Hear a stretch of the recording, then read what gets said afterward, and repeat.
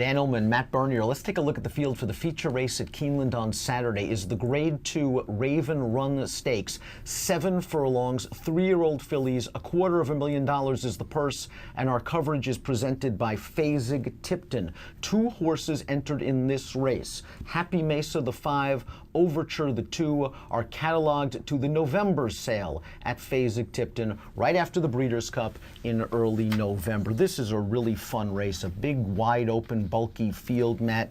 When you look at this race, you see a horse like the number 4, Nona Mella, for Todd Pletcher, a Keeneland graduate, 9-2 on the morning line.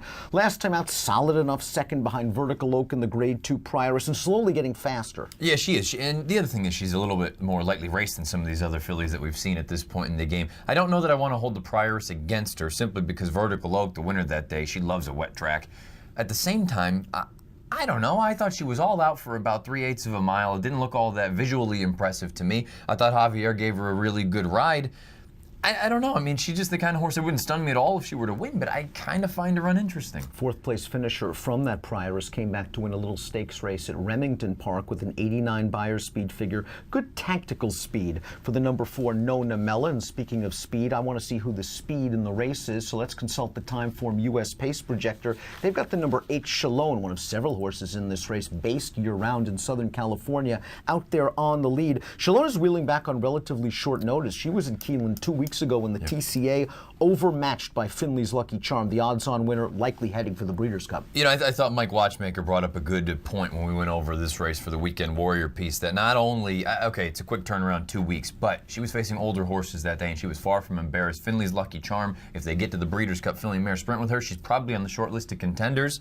I thought Chalone ran just fine. I think my biggest concern is her best races come outright on the lead. I think she has to go. I think if you're Paco, you got to send immediately out of the gate, try to clear to the front. I'm terrified about 7/8 of a mile. I think she's more 3/4. 7/8 might be a little bit of a concern. This horse has won at 6.5, but that was an off-the-turf race in the past. I think you're right. She absolutely needs the lead. Our friends at Timeform US believe that she will gain the lead. She was never winning the Finley's Lucky Charm race. It looked like she was out-sprinted for the lead by the older runner, True Romance, who was a big, long shot. She sort of trudged on, and on class alone finished second to Finley's Lucky Charm. But she's in sharp form with a good fig recently for trainer Peter Miller. Tequilita, the number 7, comes out of a graded stakes win at 7 furlongs. That was the Charlestown Oaks. It was a 2-turn race, but we know this horse can step 1 turn and 7 furlongs. This is a great advantage for her. Yeah, absolutely. I mean, this is her bread and butter. You see, she's never been off the board from 4 lifetime starts at 7/8. She's won 3 of them. I think she's going to get some pace in front of her. I guess the problem is, it's one thing if they're going fast. It's another thing if it's a contested fast pace. I don't know that it's going to be contested for Chalone.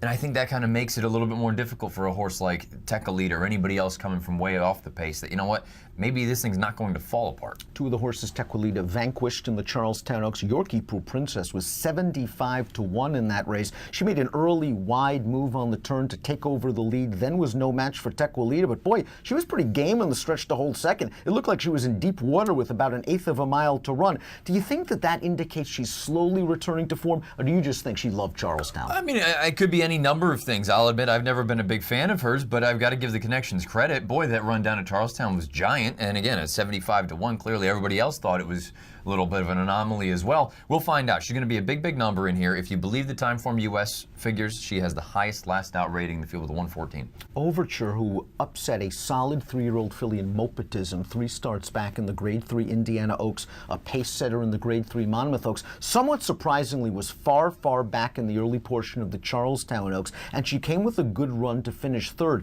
Do you think that effort really gives her connections a lot more confident that all of a sudden, you know, there's a new trick? She's versatile now, where in the past she was sort of a need-to-lead type. I thought she was a need-to-lead type. Now maybe she has, you know, kind of multiple dimensions where she can come from off of it. I don't think they want to turn her into a 1-run closer by any stretch, but at the same time, if now all of a sudden she can sit a little bit and she doesn't need to go to the lead, maybe in a scenario like this, we know 7/8 isn't going to be an issue for her.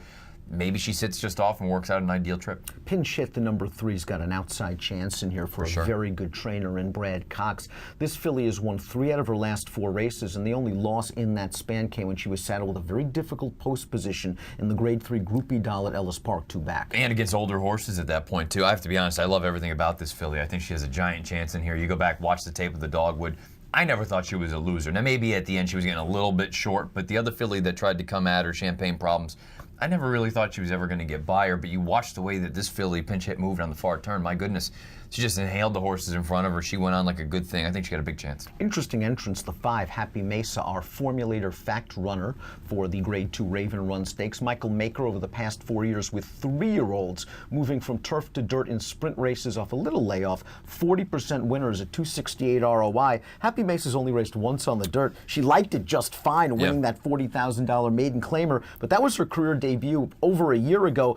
You've always liked her a little bit on the turf. Yeah, I mean, I've always thought that she's got some ability. I guess the problem is I have no idea if she's going to be able to step on the dirt against this caliber of racehorse. Keep in mind, she did that against 40 maidens in her career debut, going 5.5. I mean, again, distance shouldn't be a problem, and from a class standpoint, she fits. I just don't know if the class translates from the turf to the dirt. The 6 Pretty City Dancer is a Grade 1 stakes winner at this distance, dead heating for the win in the spin away as a 2-year-old filly. She just hasn't gotten any better, though, since that race. I guess she has a puncher's chance if the pace is fast. We know she likes 7, but, you know, there were high hopes for her coming into this year, and she just has been a bit of a disappointment. You know, I didn't like her as a 2-year-old, but then I kept looking at her as a 3-year-old going, well, she's not as bad as this race, and she's not as bad as this race. Well, there's a part of me that wonders if she's just not trained on from 2 to 3. I liked her in the Risk Averse. She never picked her feet up. I liked her in the 8 Bells. I think the wet track she didn't appreciate, but she never really picked her feet up there either. I don't know. Put it this way, at 1,000,000 to 1, it's not going to stun me at all if she runs a giant race, but at the same time, I will equally be not stunned, I don't even know the right way of putting it, if she runs up the track. A big angle is cutbacks at 7 furlongs, horses moving from route to sprint. She is one of them. So is the 10 Torrent. And Torrent has done some good things sprinting. The last time she ran 1 turn was her maiden win back in November at Churchill Downs at the 7 furlong distance. Sort of put in a tough spot last time out. Off the layoff in the Remington Oaks, chasing last year's Breeders' Cup Juvenile filly winner Champagne Room. I think she needs to be taken back a little more. Yeah, I agree with that. And I wonder, I don't know that she's a likely win candidate, but I wonder if she's one that can make a bit of a bid late in here turning back. 2 California horses we need to discuss. The 11 Miss Sunset, the 9 Classy Tune. Let's begin with Classy Tune. Big Fig, 2 starts back at 6 furlongs, then beaten by Miss Sunset in a restricted race at Del Mar on September the 4th.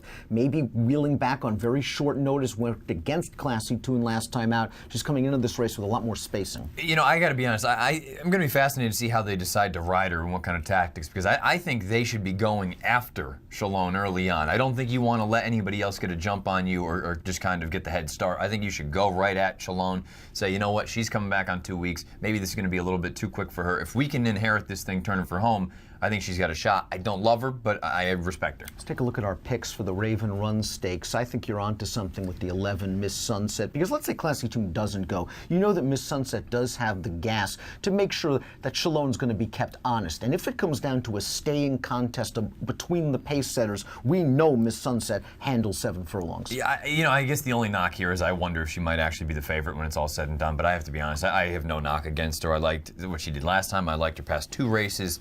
And that's kind of why I brought that up with the other filly coming in from California. I think you've got to be aggressive and send Classy Tune, because if Miss Sunset gets the same trip that she had in the surf last time out down at Del Mar, she's going to win. Now, just the question is, what kind of price do you want to settle on? 4 to 1, I think she comes down from there. Julien Leparoux takes the mount for the very good trainer Jeff Bondi. Matt's going 11, 8, 3, and 7. I'm hoping that Chalone can get to the front. I'm not really concerned about the quick turnaround. This is something Peter Miller has done well in the past. I believe the Timeform US Pace projector that maybe Chalone can get out there on the lead. Like the fact that she showed that she could step on this surface, which couldn't be more of a horse for course, quirky kind of track, the Keeneland main track. I'll go with the 8 Chalone in the Grade 2 Raven Run Stakes. If you're playing the Keeneland Saturday card from home, please sign up to DRF Bets. $300 bonus waiting for you at drf.com/fall. Please use the promo code FALL300. Approximate post time for the Grade 2 Raven Run, 5:30 Eastern. Our coverage presented by Fasig-Tipton.